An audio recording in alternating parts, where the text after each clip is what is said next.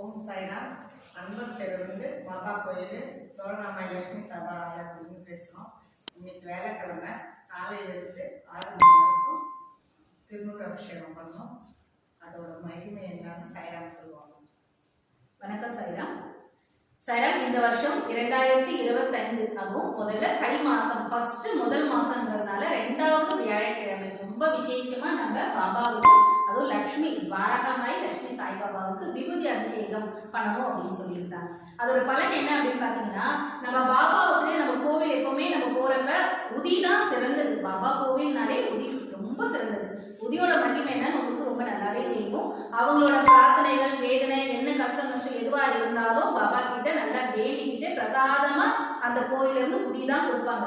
ஆனா இன்னைக்கு அந்த உதியே அவங்க கையாலே காலையில 6 மணில இருந்து நைட்டு 8:30 மணி வரைக்கும் வர பக்தர்கள் எண்ணிக்கையா வந்துகிட்டே இருந்தாங்க.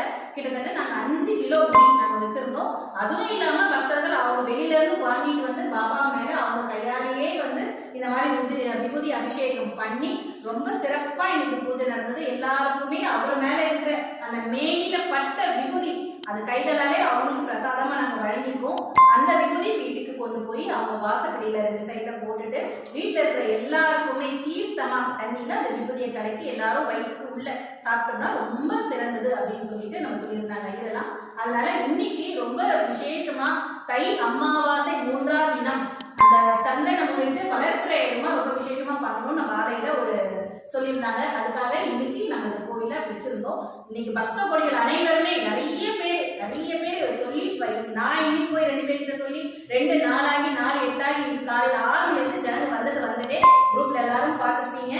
நம்பிக்கையோடு வாங்க, பாபாவை வணங்குங்க. அவங்க கிட்ட இருந்து உதவி நிச்சயமா வாங்கிட்டு போய் எல்லாரும் சந்தோஷமா அவங்களுக்கு என்ன பிரார்த்தனை வேணுமோ அது கண்டிப்பா நடக்கும் நிச்சயம்.